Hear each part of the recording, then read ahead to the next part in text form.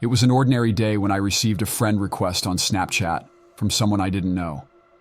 His name was Lucas. I accepted out of curiosity, and soon after, he started messaging me. It seemed like he knew me well, but I couldn't remember anything about him. I asked directly, "Do we know each other?" He seemed offended and replied, "Are you kidding? We've known each other since 5th grade." After a pause, he mentioned events that triggered some memories in me. Lucas was a popular kid in school, and I was the odd girl with a group of friends who liked rock music and alternative clothes. He and his football player friends always mocked us. As soon as I remembered this, I blocked Lucas immediately. I didn't want to relive those memories or give a second chance to someone who had mistreated me so much. Later that same day, I logged into the dating app I was using to make new friends. I received a message from a guy named Pedro. He seemed nice and funny, so I gave him a chance. We talked about our interests and hobbies, and the conversation flowed so well that when he suggested we meet up, I agreed. We decided to meet at a local cafe on Saturday night. In the days leading up to our meeting, we exchanged messages all the time. Pedro seemed perfect, attentive, funny, and charismatic. When Saturday arrived, I was anxious and nervous. I got to the cafe and waited. He texted me saying he was running late, so I ordered a coffee while I waited. A few minutes later, Pedro showed up, but something was wrong. He didn't look anything like the photos he had shared. Though he had the same style and hair color, his features were different. I decided not to say anything right away and give him the benefit of the doubt. We ordered our food, but he seemed uncomfortable. I excused myself to go to the bathroom and took the opportunity to review his photos on the dating app. It was evident that he wasn't the same guy in the photos. When I returned, my mind was racing. I calmly asked, "Pedro, could you show me your photos again?" He hesitated, but did as I asked. And then everything made sense. Pedro was actually Lucas, the same guy I had blocked on Snapchat. He had changed his hair and wore contact lenses, but once I connected the dots, I realized the truth. My mind went into panic mode. I disguised my discomfort, quickly finished my drink, and said I needed to go.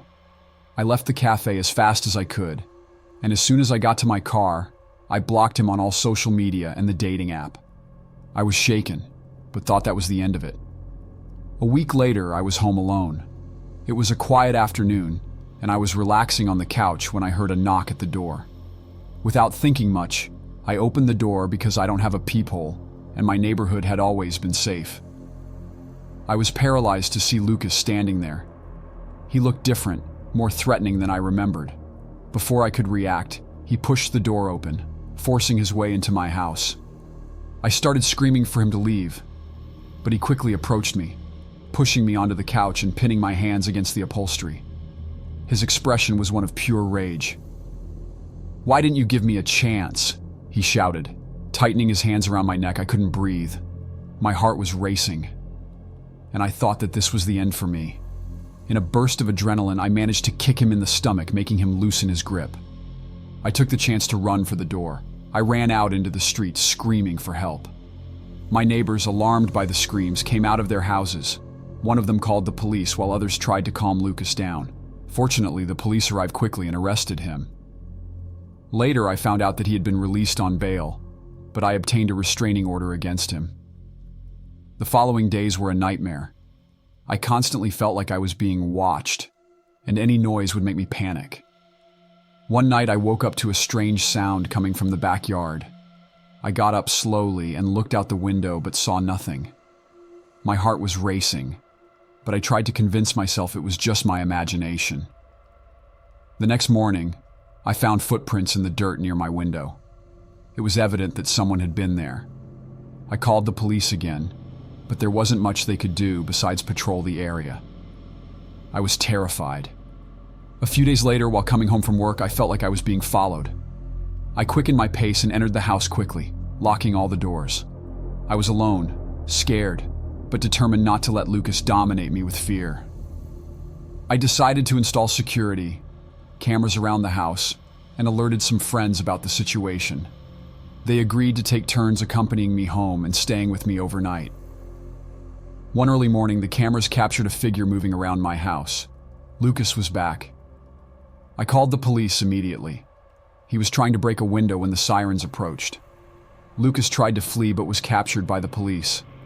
This time, the evidence of stalking and attempted break-in was enough to keep him in custody for good.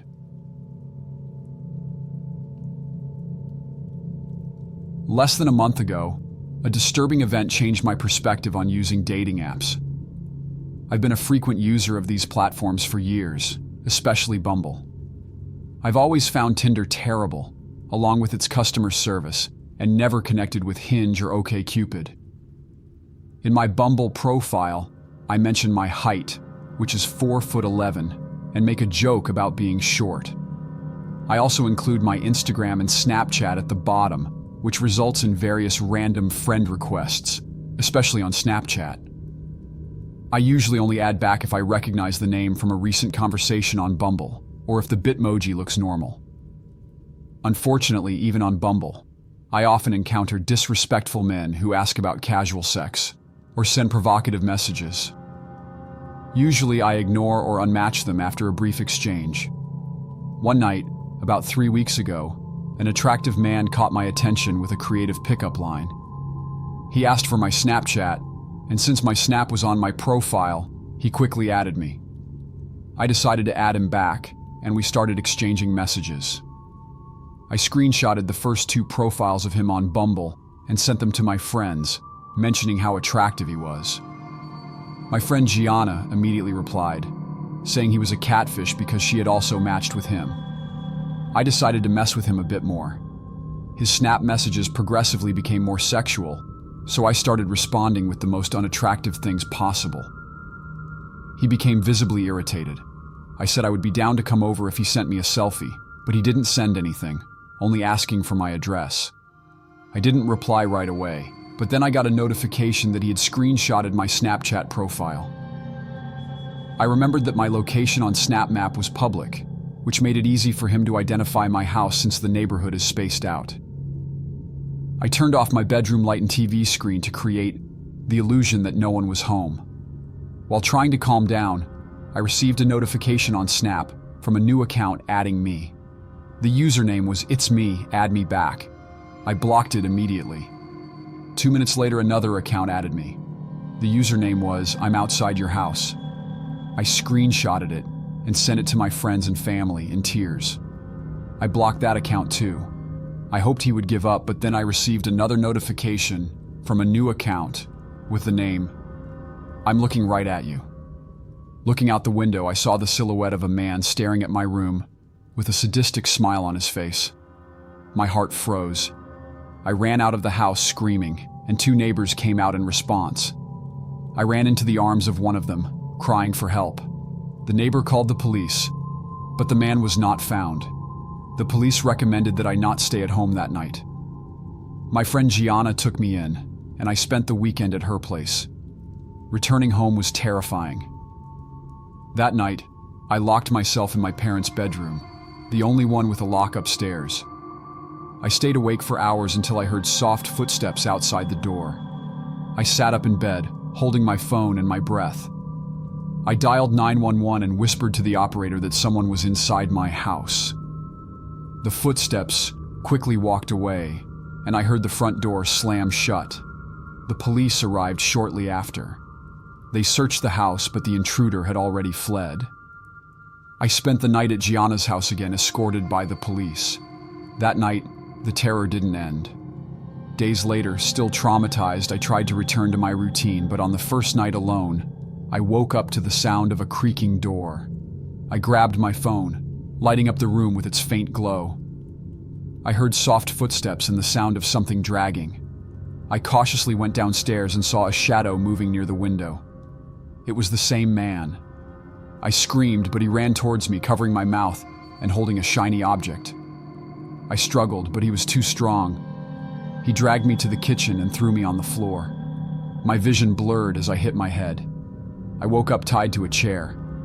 He was standing in front of me, smiling. "I told you I was looking at you," he murmured. Trying to scream, the gag muffled my sounds. He talked about how he had been watching me for weeks, knowing everything about me. He took my phone and started taking pictures, saying he would send them to my friends and family. Desperate, I fought against the restraints. I heard a loud noise outside and saw 2 police officers entering. The man tried to flee but was tackled and handcuffed. After that night, I could never stay home alone again. I moved to an apartment with 24-hour security and alarms on all windows and doors. I deleted all my dating app accounts and changed my phone numbers and social media. I still have nightmares about that man, but I'm grateful to be alive. This experience showed me how vulnerable we can be and the importance of always being cautious. I will never underestimate the dangers of opening my life to strangers online again. Thank you for watching until here. If you enjoyed the video, don't forget to leave a like and subscribe so you don't miss the next ones. See you soon.